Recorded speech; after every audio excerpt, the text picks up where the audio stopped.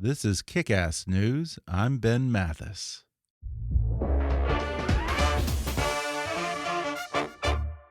Life is full of choices, and Belkin offers a variety of tech solutions that keep you connected to your world so you never miss a beat. Remember when companies used to make products that actually last and didn't need to be replaced every year or two? That's Belkin.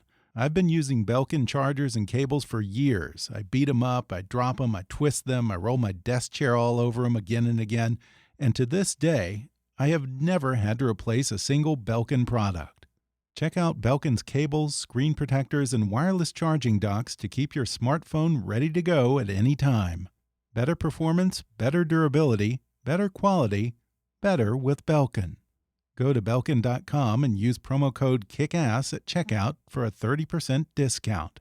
That's Belkin.com and promo code KICKASS for 30% off at checkout. If you're a business owner like me, you know that managing sales tax is a complex and time-consuming process. It's easy to spend countless hours just trying to keep up with tax compliance instead of working on growing and improving your business. And at the end of the day, you still might screw up your taxes and get audited or fined. Thankfully, there's Avalara. Avalara simplifies sales tax with real-time tax rate calculations and automatic return filing. Avalara's software seamlessly integrates with your accounting, e-commerce, and point-of-sale systems, so it couldn't be easier. And they have experts in 15 countries around the world to help as you grow. Learn more at Avalara, that's avalara.com/kick. Avalara, tax compliance done right. And now, on with the show. Hi, I'm Ben Mathis. Welcome to Kick-Ass News. When David Chang first stormed onto the New York restaurant scene in 2004, the upstart chef who rebelled against traditional ideas about what constitutes fine dining ruffled more than a few feathers with his no reservations and no vegetarians policy and his now legendary meltdowns in the open kitchen at Momofuku. But diners will always forgive perfectionism if it's in the pursuit of something delicious and made by a bona fide culinary genius. Today, David Chang is only mellowed slightly, but such is the responsibility when you grow from one restaurant so tiny that he couldn't put backs on the chairs because patrons wouldn't be able to reach the restroom, to a food and entertainment empire that now encompasses 14 restaurants, best-selling cookbooks, a podcast, and 2 series on Netflix, Ugly Delicious, which debuted earlier this year, and his latest, Breakfast, Lunch, and Dinner, available on Netflix beginning October 23rd. Today, David Chang joins me on the show to discuss his latest TV series and the liberating feeling of eating and exploring with friends. He says when he was a kid, he originally wanted to be Tiger Woods, not Wolfgang Puck, and he eventually got into cooking because he hated his job in finance. He recalls learning his art in some of the best kitchens in New York and Tokyo, then rebelling against New York's fine dining establishment, how struggling to get Momofuku off the ground shaped his success, and why he still worries that his success could all go up in smoke. And speaking of smoke, Dave talks about smoking weed and touring Vancouver with its native son, Seth Rogen, for episode 1 of Breakfast, Lunch, and Dinner, visiting Marrakesh with model Chrissy Teigen, and why the best food in Morocco isn't in the restaurants. He talks about his love-hate relationship with the California food scene, customers who Instagram their food, how delivery apps and other food tech are disrupting the restaurant industry, and what that means for chefs. Coming up with David Chang in just a moment.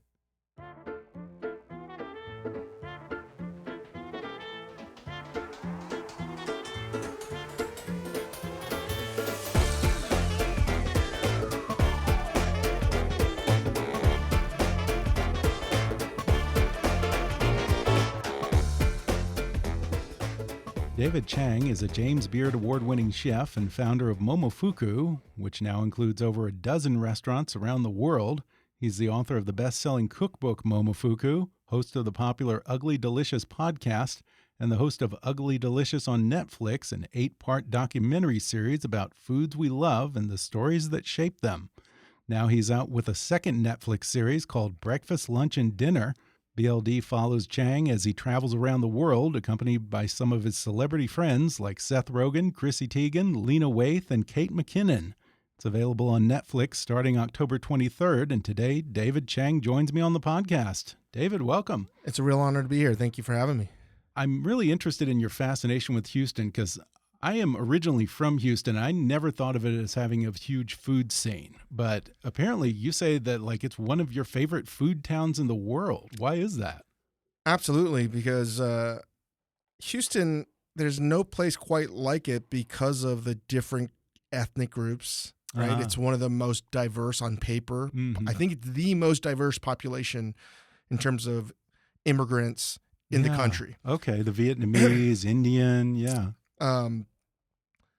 You also have, how should I say, a city council that allows people to build whatever they want.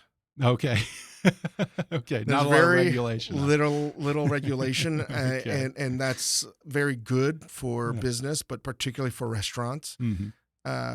There's no state income tax. There's bounty of the Gulf of Mexico. You have great seafood. You have also great farms and animals. You have a lot of colleges around you. It's like you have everything. Okay. And it just is like it's a perfect storm to create a culinary environment that is truly unique and American. Okay. And you see mergers of cuisines happening there that you're not seeing anywhere else. And that's an amazing thing. And I'm not even talking about like the specific, like if you just want to get Vietnamese food, that's as good as maybe the best in America, maybe outside of Orange County. Who knows? It's definitely in conversation. And Houston is always surprising as to what's developing and percolating there. And because of that ability for people to try something new, because it's not so cost prohibitive, I think you get very interesting results.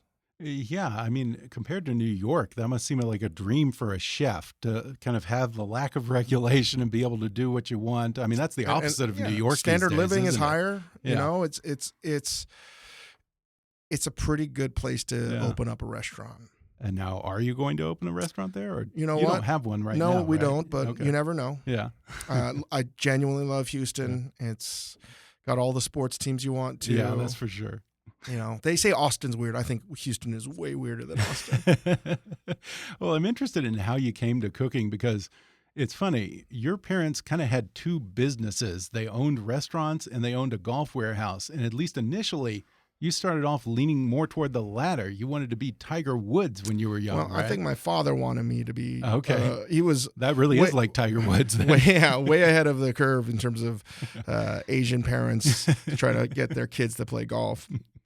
My dad, worked his entire life to get out of the restaurant business and to make sure his kids would never work in it. So the irony of me getting into it, isn't lost on me. But golf was my predestined profession. Yeah. And I burned out at the ripe age of like 13. Yeah. Were you pretty good? I thought I was pretty good, but ultimately I think one of the reasons I burned out, besides me not loving it, is I wasn't as good as I thought I was. Yeah. Do you still play at all?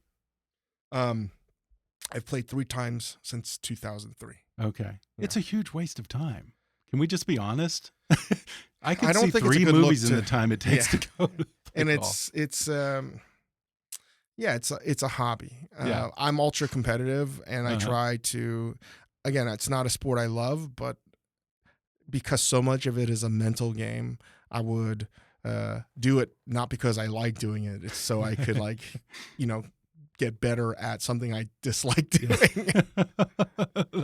that is a warped way of thinking. Yeah, for sure. So then what was it that initially got you into cooking?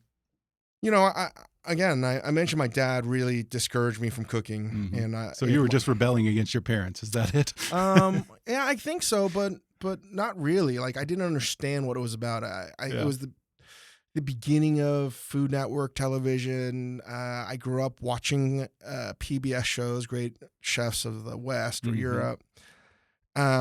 And I think pretty early on, I didn't really have an aptitude to do well in school. Okay. So I more or less had an idea that that would be a fun thing to do, almost as a hobby or to be a good cook, never thinking about it as a profession. And after graduating college, I taught English for a little bit. I lived in Jackson Yeah. Hole. I did all these things that didn't make too much sense, mainly because I couldn't get a job. In 99, that's when everyone was working at tubesocks.com or some.com or trying to be some banker investing or whatever, and I couldn't get any of those jobs. So the irony is people always ask me, why'd you get into cooking? Well, a lot of people didn't get into cooking because they couldn't get any other jobs, and I was in that same boat, weirdly enough. And I think I had, I would say, some kind of existential crisis at the 21, 22. I didn't want to do something and be mediocre at it, and I worked in the financial service industry, and I had an intern at Payne Weber in private wealth management. And after teaching 3 months in Japan, I came back to get a job doing helping a company that worked with European companies to list on the New York Stock Exchange. And it was the closest thing I could get. I was a gopher and I did nothing. And I just saw pretty quickly that this is the life for a lot of people. And while it might be enriching to them, sitting at a desk, literally doing working hard for nothing. I mean, it didn't make any, there was no intrinsic reward. Yeah. I was like, this is not for me. And I had to take the leap of faith to try to do something new. And I didn't know if cooking was going to be my calling. All I knew was I definitely didn't want to do what I was doing. Wow. Yeah. Now, you spent quite a few years working in different kitchens in New York and also in Japan. And in fact, I think in breakfast, lunch, and dinner, you say that you feel more at home in Japan than you do in Korea even. Why is that? What is it about Japan that speaks to you? That's a loaded comment for a lot of people, especially if you're Korean or Japanese. Koreans have historically been seen as a second-class citizen to Japanese culture for many years as they were colonized by Japan. And there's a lot of history we shouldn't necessarily get into right now. But Korea as a country, I have a strange relationship because growing up in Northern Virginia, having Korean friends and not having Korean friends, I was able to have a diverse sort of set of friends. And I never quite embraced Korean culture. I was always sort of in between. And when I went to Korea in college in a summer abroad program, I was shocked as they call me gyopo, which translates to foreign born. And that's not a kind comment. And I saw that a place that I was always excited to go to really wasn't embracing of me. And it's like Chinese versus Chinese Americans. Yeah. But I think a little bit more hostile. And, really? And I thought, even with the kids all over from America, right? Korean American kids, and this is a very common program that I would find some more like-minded individuals, and that wasn't the case either.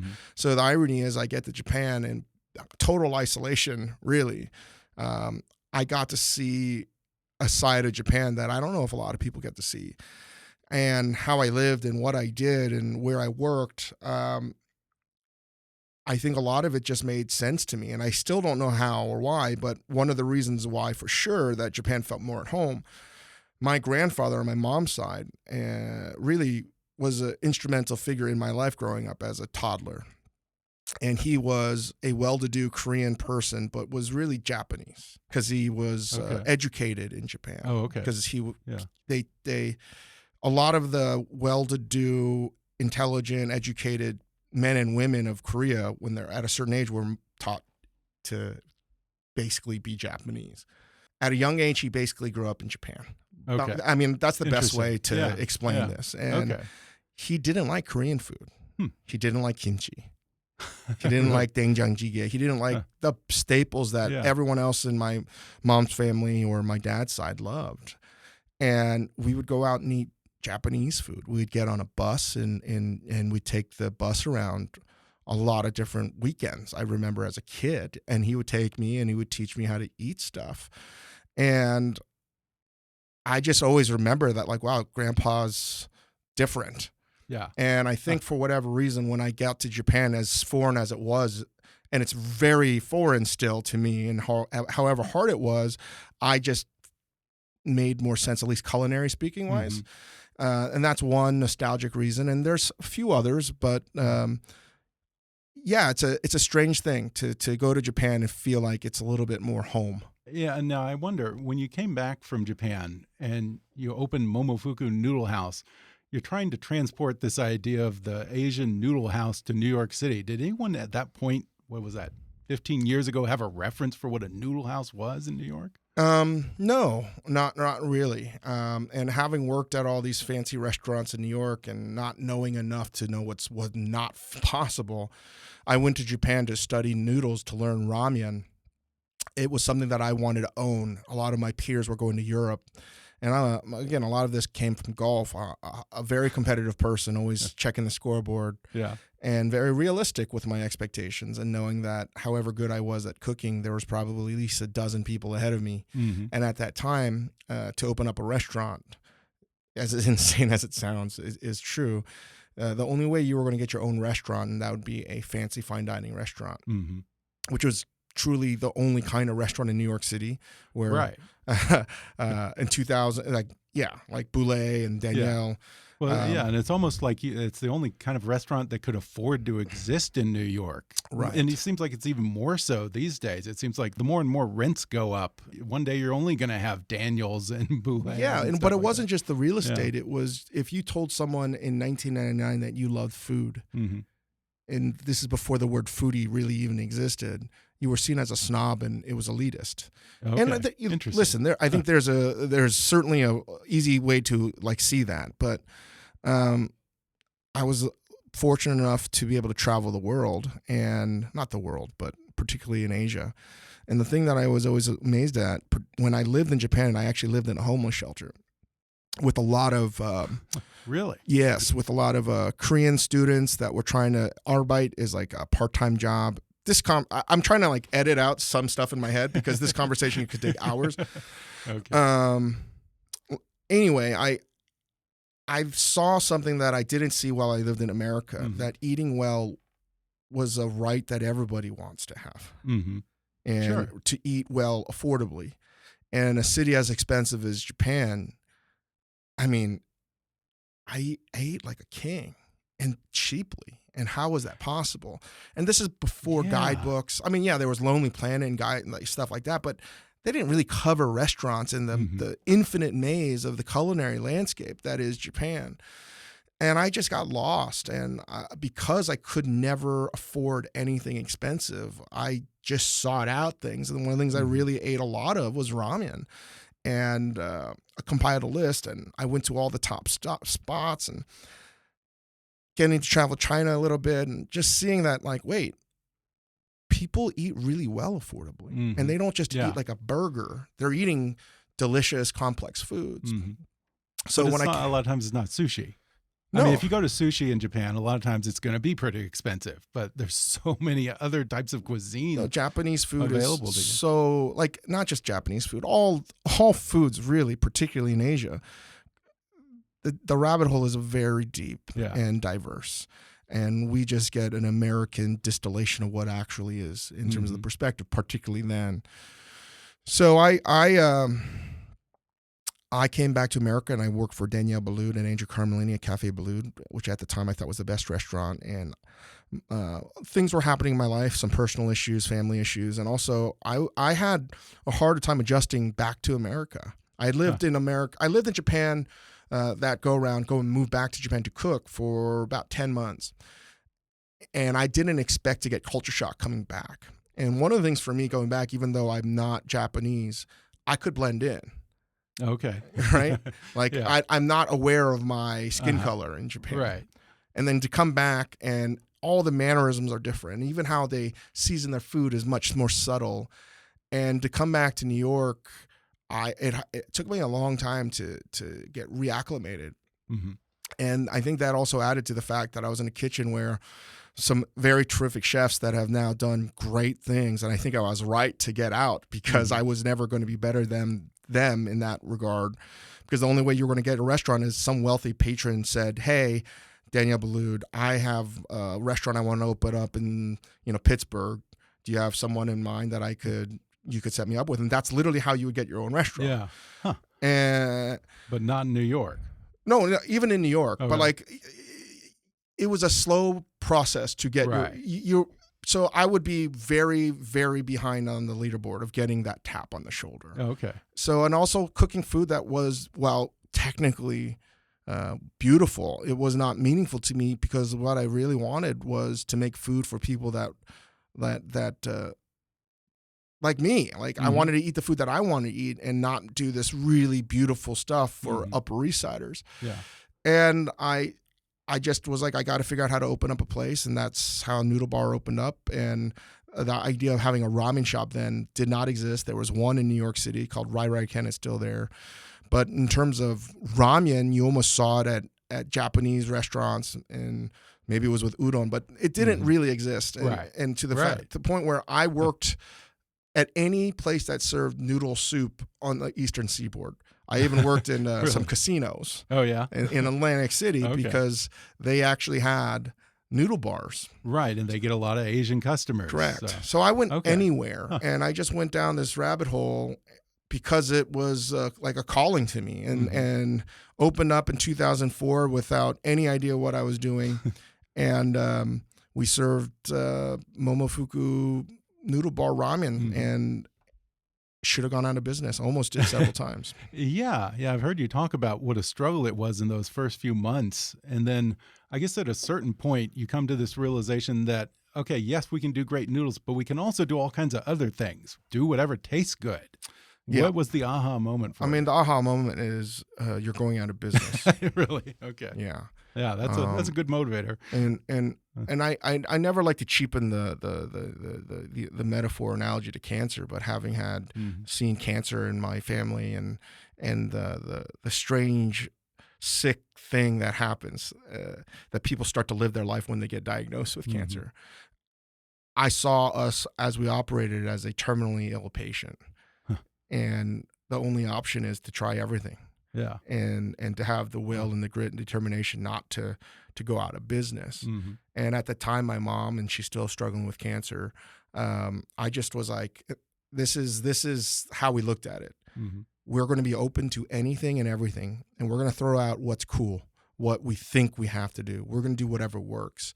And as painful as that whole moment was, we found our identity through that, like, really dark time. Yeah. I mean, do you think that your life would have ended up in a much different place if you had some huge roster of investors backing you that you could go for a year and kind of wait to find your way? Or maybe you'd stayed at Per Se or Daniel and kind of tried to work your way up through the fine dining system? No, absolutely. Everything would be different, which is why I look back at it, and it's I oftentimes think about that Coen Brothers movie where Inside Llewyn Davis, where the opposite of Llewyn Davis was basically Bob Dylan. And I'm not comparing myself to that. That's not what I'm trying to say. I often compare myself with Llewyn Davis because it's like, if you made a right turn instead of a left turn, things would have been. And when I look back at that time, all of these things that happen that are just comical, all turned out for the better somehow. And I never put too much emphasis on skill. I'm very lucky that we're here. We've had some great people. I've gotten way too much credit, and we've been in the right place at the right time, and we've definitely worked our butts off. But had we had a more traditional path and investors and a comfort level of financing, I'm a kind of person that doesn't work well with a net. Okay, you gotta have that. I need something to light a fire under your ass. Yeah, actually. I need to know that, like, there's nothing that's going to save me, and I had to really, like, unfortunately, that gets the best out of me, and I wish it was any other way. Yeah, it's interesting what you said about how you don't put much stock in skill, because I've heard you say that really good cooks never become great chefs. When you're hiring, apparently you look for chefs who have, as you put it, just barely enough talent. Why? Because if you are determined as a cook, you're going to get better. Hmm. It's not a skill set that it's not like I'm asking people to figure out some quantum mechanic problem, Right. right? This is a craft, and through repetition, regardless of your skill level, hard work in this industry is the great equalizer. And what I'm looking for is really three things, but one is, are they harder on themselves than anyone else? When they make a mistake, are they going to go to bed at night not being able to sleep because they could have done a better job? And two, like, do they have like this idea of like total immersion in it? That to me sort of translates the love of the business. Yeah. It's like they can't get enough of it, that they have to do it. And it's this idea that loving something, I think, has been manipulated by marketing somehow, because it's like, if you love something, particularly your job, you got to wake up every day with a smile thinking that this is the best and everyone's jealous of me. I actually think the more common approach to, the more realistic approach to loving your job is you love it 51% versus 49% hating it. Really? And it's that teetering on that. Yeah. And then lastly, it's like, do they love to feed other people? You know, and those are the qualities, like usually in family meal. And those are the three things I really look for is I'm not trying to judge a person at their best moments. I want to know, does someone have the kind of integrity that when they can make a shortcut and no one's going to know? Are they and even if they do something right, no one's going to congratulate them. Are they still going to try to do it the harder way? Yeah. So only rewarding cooking, which is why I think it's so hard to be a manager of people in the culinary force, which is why I don't think chefs and restaurant managers get enough credit. Unfortunately, hopefully things change in terms of how we can pay people. But the only way you can really motivate people is the carrot of personal growth. Yeah, that's interesting, because it's almost like, which is hard to say to a chef, you know, you have to take your ego out of it, and you have to have that mentality of wanting to be a person who is in service of someone else and trying to make someone happy. And yourself give them a good experience. To do it right. Yeah. There's a right way and there's a wrong way. And those are high standards, and I fail at them all the time. And you have to be comfortable in failing. You have to be completely like surrender to the idea of failing, and failing not being a bad thing. Yeah. Well, you've got so much on your plate these days. You have your show Ugly Delicious on Netflix, and now you have Breakfast, Lunch, and Dinner. I really enjoyed Ugly Delicious because it was so interesting how you explore the cultural and sociological aspects of a specific food and do this very deep dive into all of the different origins of one particular food and how it was influenced by different cultures that you didn't even know about. And I love BLD just because it's just fun to go traveling with friends.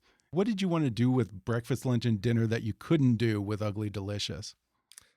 Well, Ugly Delicious is its own thing, and it's a labor of love because a lot of work from a lot of different people goes into it. But we really wanted to figure out how to view culture in food, and not to go too deep into it. It's exploring culture in ways that hopefully people haven't seen, and it's a sense of discovery. And that sense of discovery could also be a held opinion someone holds, and then they realize that they were wrong. Yeah. And that could be me or someone else in the show. And I think for Breakfast, Lunch, and Dinner, while it is essentially a friends traveling, eating, having fun, I do think that there's still a sense of discovery. And that could be, again, me or my friend, or, the city. Like, it just, to me, well, two different things, they're on the same spectrum going after the same goal. Yeah, and I loved episode 1 because you go to Vancouver with its favorite son, Seth Rogen. And because it's Seth Rogen, and because it's Vancouver, which has always had a fairly tolerant attitude to mind-altering substances, You guys smoke a lot of weed, or at least it looks that way. Do you smoke a lot of weed, or is it just that Seth's weed is particularly potent? I don't really smoke weed. No, you Other just than giggle a lot. college, yeah. But I knew that filming that episode was going to contain it because it is legal in Vancouver, and Seth he's just a wonderful guy. He's as nice as can be, as grounded as can be, and Vancouver couldn't ask for a better ambassador of that city than Seth. He genuinely loves it, and I'm always shocked at how down to earth he is. And I think he's really a reflection of the personality of that city, of so many good people. And there was a marijuana smoked, and a lot of it, and I really was only having one puff. Okay. But it was powerful stuff. It was powerful stuff. Yes, I was nervous about that whole day. Yeah. Now I've always heard that there's a big Chinese population in Vancouver, and it kind of comes through on this show. You guys go to a lot of great Asian restaurants there, and I guess Seth said something like when he was in high school, the population was 60% Asian. What is the appeal of Vancouver to Chinese immigrants? I'm not sure. The hard thing about a show like this is you touch upon topics you would love to go deeper in, and one of those would be the handover of Hong Kong back to China in 1997, and how that had serious repercussions for how Chinese immigrant patterns would play out in Vancouver.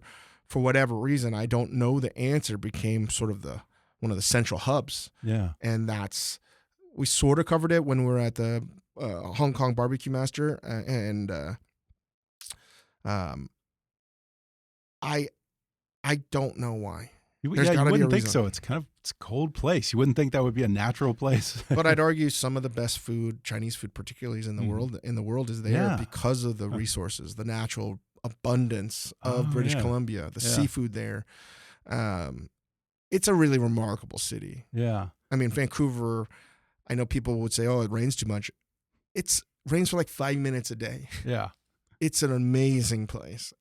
Yeah, and I think it's in that episode where you actually lament that you should be spending all of your time in the kitchen, but yet all of this other stuff that you're doing takes you away from that. You've got this huge food and entertainment empire that you run with Netflix shows and a podcast and books and all that. Do you sort of feel like you're kind of a victim of your own success at this point? I don't think I'm a victim. I think I'm still just trying to figure it out like everyone else. Yeah. I still have the same insecurities I had as a teenager. Yeah. And all this success is something that I don't really believe too much of. Really? And I don't. I feel like it could just evaporate in a day or something. Yes. Really? I'm a pretty paranoid gentleman to begin with, but I tend not to think about whatever's happened in the past. I tend to only think about the negative, and those that are close to me know that I'm a pretty, pessimistic person. And I always joke that I'm really an optimist. That a pessimist is the best version of an optimist because, I want to be wrong. Yeah. Okay. I want to be wrong. And with all the things that are happening, I think it can happen because we have a good team. And I know that sounds trite and sort of like a canned response, but you have to. We have. I mean, that you cannot operate this many restaurants at the level that you're operating them and ensure quality control and ensure that every diner gets the kind of experience that you originally intended unless you have that team. Right. That really believes in your vision too. And it's no longer my vision. I've stepped down as CEO, and the vision now belongs to Marguerite Mariscal. And I'm there as, in a variety of roles, but I don't oversee the day-to-day anymore. I'm there. I work a tremendous amount, and one of the reasons I guess I work is as hard as I do because it is an addiction. I am addicted to work. There's no question about it. You're a workaholic. And it's one of the few addictions that's like totally acceptable, right? Yeah. In this society, I'll sleep when I'm dead. Yeah, and part of that is I don't know how effective it is anymore, but it certainly keeps me from doing stupid things. Yeah. Right. Well, in episode 2 of BLD, you get the wonderful privilege of going to Marrakesh with Chrissy Teigen. I love Marrakesh. I think that was your first time. My first but time. I love it because it's literally like When's the stepping last into time you- Aladdin. When's the last time you were It's there? been 10 years, or over 10 years since I was there. Beautiful, beautiful city. Yeah, and it's funny that you chose it because it's not really a restaurant town, you say in the show. So No, where's I mean the there are definitely culinary action restaurants, there? and there's definitely the places to buy food, and But they're that's actually not good where the cool stuff is happening, right? No, there is cool stuff in the Okay. Medina. There is. It's just that people always say the best food is in someone's home. And we were very fortunate enough to have Tariq and his family, his wife, and his daughter allow us to have dinner with them, and it was a wonderful meal.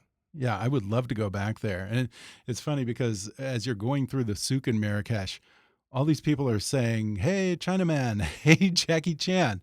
And it's almost like they're weirdly oblivious to the overt racism there. But it's a weird place because Morocco, it's not like its neighbors in the sense that it's way more culturally tolerant than a lot of North Africa and the Middle East. Why do you think that is? I'm not sure. I think a lot of it has to do with the. If I had to guess, it'd be the history and the trade. Yeah, Right. And I didn't get a chance to visit Casablanca or any of the other cities in Morocco, but I think tourism is. I think it's been affected by some form of tourism for several hundred years. Okay. Yeah. So they got it in their blood. Yes. Yeah. Now, for episode 3, you actually come to L.A. A while back, you got some flack from West Coasters for criticizing the food scene here. I'm going to beat you up with this quote. You said, they don't manipulate food, they just put figs on a plate. Now you have a restaurant here, Yes. Major Domo. You're personally spending a lot of time here. Have you changed your mind about LA? No, that was not about Los Angeles. That was, a quote that Tony Bourdain in 2009 did at a food festival. We spoke about San Francisco. Oh, that was okay. That Bay was Area. California, not specific to LA. No. Okay. Just literally San Francisco and the Bay Area. Oh. And what got taken out is the first time I ever got in public trouble. Yeah. And just so people don't send me hate mail, I listen, as a person, I try to celebrate all things that are tolerant, that are diverse and open. And I try to be that. I fail more often than not. And what I was just trying to explain when I was a much younger fellow was San Francisco and the Bay Area at large embraces the new. And it's been sort of the vanguard for all things new culturally, from politics to sexuality, to music, to drugs, to food, technology. And I found it to be stifling a bit that every restaurant, particularly then, it really seemed like every restaurant was trying to cook food exactly or the same ilk of Chez Panisse. And I love Alice Waters, and she's been a very instrumental figure in my life. All I was trying to suggest, and I could have articulated much better, was with the produce that San Francisco has and the sophisticated dining that it has, that it should be the best place in the world to eat. It's hard to do that when everyone's doing the same and it's this homogenized thing. And San Francisco celebrates diversity, and maybe that was true in every facet except food. Huh. That's fascinating. And that could be applied to California at large. And I think that without going too deeper into that, I understand it a little bit better because I was definitely young and dumb, but I wasn't trying to denigrate anyone. Yeah. I was simply jealous. Yeah. To have the produce of California is unbelievable. Oh yeah, like it's an abundance of riches. You know, you walk in one of the farmers market here and you just see dates. Like you're like, oh yeah, there's dates in this country. Yeah, we in California forget that like not all of the country has access to avocados year round. Yeah, and just there's 2 springs. There's literally 2 springs. What? You know what I mean? Like I can get tomatoes pretty much like 7 months out of the year. Yeah. And the sweetness of the strawberries and the citrus, and not just the fruits and vegetables, the abundance of the ocean in the Pacific. It's just amazing. So, of course, I want to explore all different ways to cook food. Now, speaking of the abundance of the ocean, in that episode, you go to a Cajun crawfish boil place in LA. I think it's called Hot and Juicy. Yes. I love those places. Growing up in Houston, I kind of have a real taste for the Cajun stuff. But it's interesting. I've noticed that, especially in LA, all the good Cajun shrimp boil places are predominantly in Asian neighborhoods like Alhambra, K-Town, Arcadia, San Gabriel. What is the Asian Cajun or Cajun connection there? I'm not sure. Really? I'm really not sure. And I'm not, again, trying to rock the boat here. But I would say outside of the, say, Chesapeake Bay, Mid-Atlantic area, and the Gulf, which would include, obviously, Houston to New Orleans, and then parts of the Pacific Northwest that are coastal, you have access to crabs, and then obviously coastal California. But crab eating and crawfish, it's not really embraced by American sort of right. It's culture. messy. It's messy and it's stinky and garlicky. It's hard to get your food. A lot of work, yeah. It's a lot of work. And I think what's hard to understand, again, growing up eating crab in the Chesapeake Bay area, yes, it's all of those things. But if you remove the meaning of nostalgia and the meaning of community and the meaning of friends and family, yeah, it's a pain in the ass. But being able to eat that way, it is like memorializing good times and good things besides it being super delicious. And so it's the social aspect. I think the social aspect, it forces you to kind of slow down. Right. Yeah. And there's something about the tactile nature of it all and how people eat. When you go to Hot and Juicy or Boiling Crab or some of the other restaurants like this in the LA area, eating that way at a table, paper, and you just go to town. Yeah. That's not so different than how most of the world eats. Yeah. You know what I mean? It's sharing, it's communal.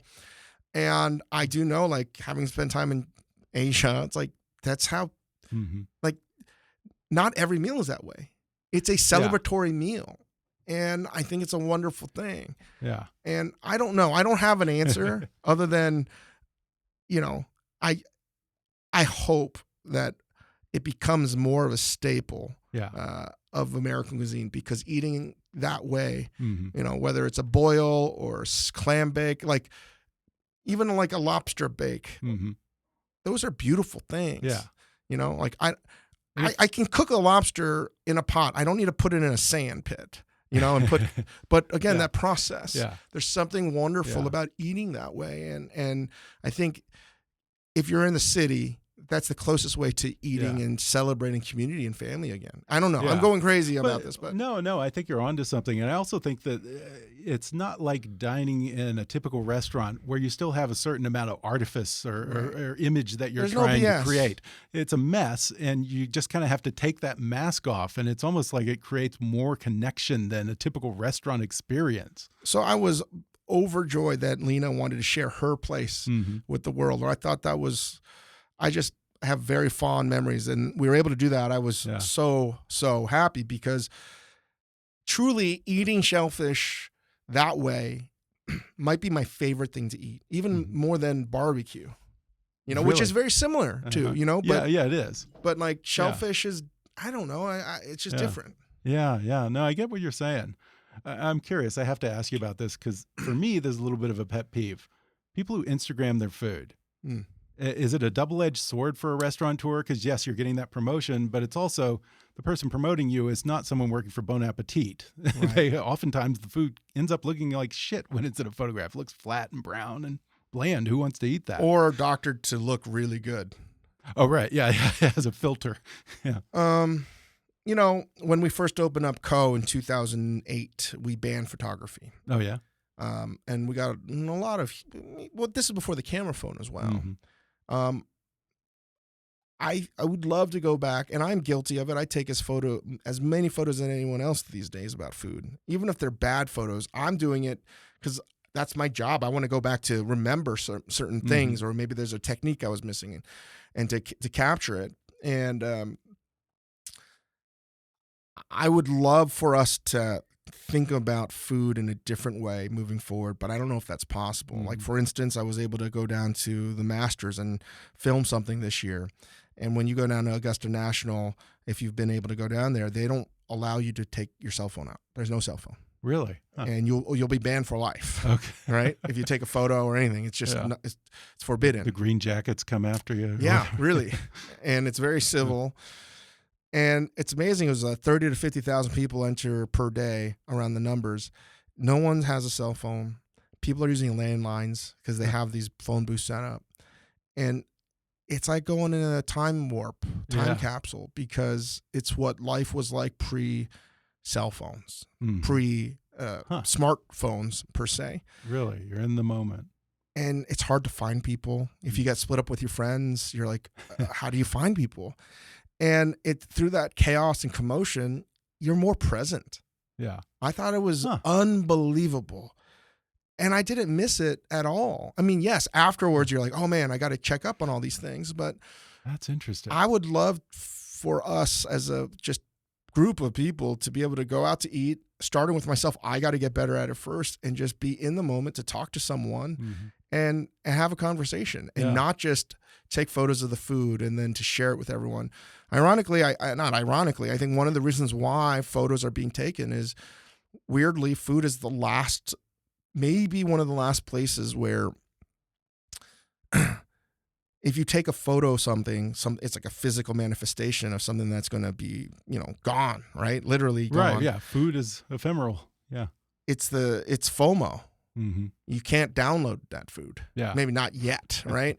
Yeah. And it's one experience. Food. It's the same reason why, musicians put albums out just so they can go on tour, right? Yeah. And it's the one thing that's an experience that you still have to go and physically do. And I think if we can find a way to get rid or limit how we take photos of food, you can't force anyone. This is people's own volition. Like, right, I think that it's going to make the dining experience better because people will be in the moment. Yeah. Real quickly before we wrap up here, I'm just curious, where do you see food going in the next year or two? Can you think of what might be the next hot dish that everyone goes crazy over? I'm not sure what the hot dish is. Okay. I really don't know. I think it's what I think about around this time every year. You'll know when you invent it. I hope so. But I think one thing I'm certain of is in urban areas, food is going to be in restaurants is going to be more difficult than ever before. Really? Yeah.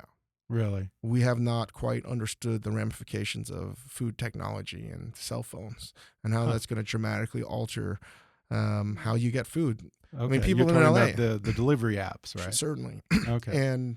And there's other things that are going to come down the pipeline, but I think we're at the beginning of what is going to be a seismic shift in how we consume food.